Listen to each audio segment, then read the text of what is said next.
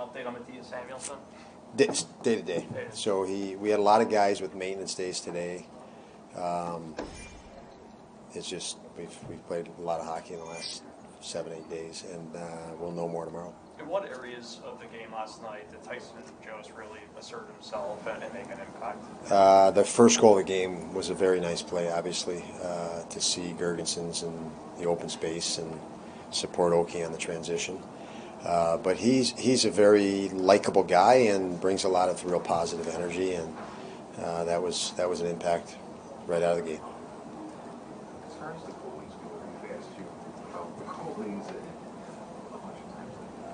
For Eric and Kopech, just what in their personality makes them able to handle, something unique like that? Well, we take a lot of pride in bringing the right people in here that have a deep sense of care for the team, really a respect for situations, and we decided to carry 3 goalies right now. They know their job is to be ready for the next game that they're going to be called upon, and that's people with varying degrees of, I guess, for lack of integrity, might not be able to do that. But I think these two guys in particular, you see them, you watch them practice, the way they carry themselves. They're in it for the team, but they're also making sure they're going to be ready for that opportunity. So, we're in this situation. We think it was the right move to do that and keep 3 at the start of the year, and I think we have the right people involved in that as well. Do you like the fact that Eric Comrie's done that before, like had those long playoffs, and you had to deal with that in Winnipeg, not playing? Yes, a bunch, and last year even in Winnipeg, he played that game. It was like the first game in months. Yes, a big component of this is where those players are at in their careers. If you had a guy that had 400 or 500 games in the NHL as a goaltender, and he's one of those 2 that haven't been playing, it's a completely different scenario. But Eric this has been a lot of his career has been exactly these scenarios, or this type of scenario. Stay ready, stay ready, stay ready. And obviously Upi is a young guy and doesn't have a lot of experience in the NHL yet. So, you're still gaining experience even though you're not playing, just being here every day at his age and without having significant experience. So that is a part of the equation that we factored in as well. What did you like about the penalty kill last night? Well, I loved the reads on when to be aggressive and moments that you could be assertive, and then also moments where you had to be patient. Talking concepts, those are concepts, but those concepts encompass any good penalty kill or team for that matter. When to be aggressive and reading that, and when to be patient. And I thought, if anything, we made the power play a little bit impatient last night, which was really good. Was some of that having your sticks and passing lanes and taking those passing lanes away from them? Habits and details, yes, absolutely. Sticks in the right place, influencing with it, positioning off of your teammate.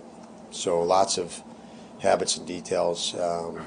I've mentioned that from day one of training camp, that the difference for us is turning our focus to different things. It wasn't that we weren't, we were bad in any area. It was just the areas we turned focus to. We were good in the past, but that was a young team a year ago. And as we mature, we're doing more things more consistent. It's just part of maturing, and details are a big part of the penalty kill. What are the benefits of using? You use several different guys in the penalty kill. You don't just use 4 forwards and 4 defensemen. You like to rotate personnel and get a lot of guys involved. It's confidence in the guys, first of all. So I have more confidence in more guys. We added Eric Johnson and Connor Clifton, we have instant confidence in them. They've done this. So they're helping us as coaches and helping the unit itself just with their confidence in it. And then we want to be aggressive. So you want fresh, you want quicker line changes. When you get it clear, you should be changing. So we can have fresh guys out and maybe have more energy than a power play if they go back to retrieve a puck. So pretty much what goes into it. What did you think about the decor, the way that those guys stepped up when Matthias goes out in the third period? Eric played more, and he rotated guys next to Rasmus. Eric was good. Clifton was good. They were all good last night in closing talented players out quicker than not. So it's a read. If you have an opportunity to close them out quick, that group was very decisive. We watched numerous clips on them again this morning. That was reassuring to see that what we saw from the bench was right. They were very decisive in closing some very talented players out with very good reads. And Darlene was an absolute beast defensively last night. Everybody knows Darlene, offense. You watch him eliminate people last night, and talented people. It's impressive. Does it help him? I mean, you said you had Clifton and Johnson on the penalty kill, and you didn't use Rasmus on the penalty kill, but does that help him? Because it reduces his minutes and lets him maybe focus on some other parts of the game? Absolutely. Yeah, the more you surround talented people with talent, and lighten their load of responsibility, the more you're going to see that talent. And that's what adding Eric Johnson and Connor Clifton have done. They've helped every defenseman back there, be better in their own. They have to worry about less, and Dolls needs to worry about less now. And the team is still getting used to that, and as they get used to it, we're going to see more and more growth, or more and more execution, I should say, in those areas. When it comes to 3-on-3, do you have set groups that you use, or is it kind of by feel for how guys are going? Yeah, when we go to 3-on-3 overtime, a lot of it is feel. So who's played how many minutes? Last night, for example, Tuck Thompson had played a lot of minutes, and I was literally watching them at the bench to see how their recovery was in between a shift. So you're watching things like that. You don't always get to choose the ideal situation, the ideal what you want to choose as a coach, because you're gauging so many different things within that moment. What have you seen from Dylan through 3 games? You mentioned last night he doesn't feel like he's played his best hockey yet, but he knows it's coming. What have you kind of seen from him as he's played with a few different line mates there? Well, Dylan Cousins is resilient and relentless, and those attributes I've seen, even though he's been struggled to just, I guess, the easy way to describe it is find his game, play with some flow.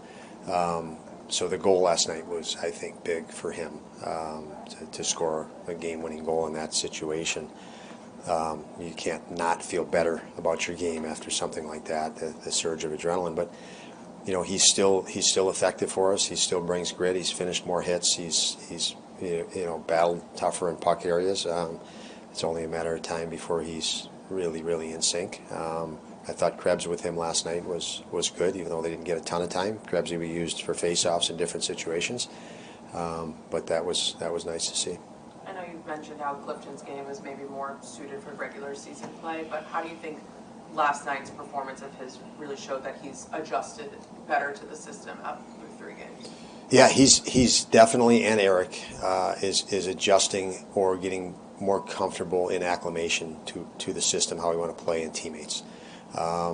You can, and we see it a lot in film. You see it from the bench, but you see a lot of people on the other team look over their shoulder to see if he's on the ice and stop, actually literally stop slow skating, because they know there's a potential hit coming. And so even the hits that he throws, there's probably 6, 7, 8 times in a game where the other player on the team knew he was on the ice and said, I'm not going to take that ice. So he stalled the transition because they didn't want to take the hit. So there's a lot of subtleties that you'll never see that he brings that eventually add up in a game. So I like where he's at, and I know you didn't ask about Eric, but same thing. 2 guys that are getting acclimated very fast, game by game here. Thank you, guys.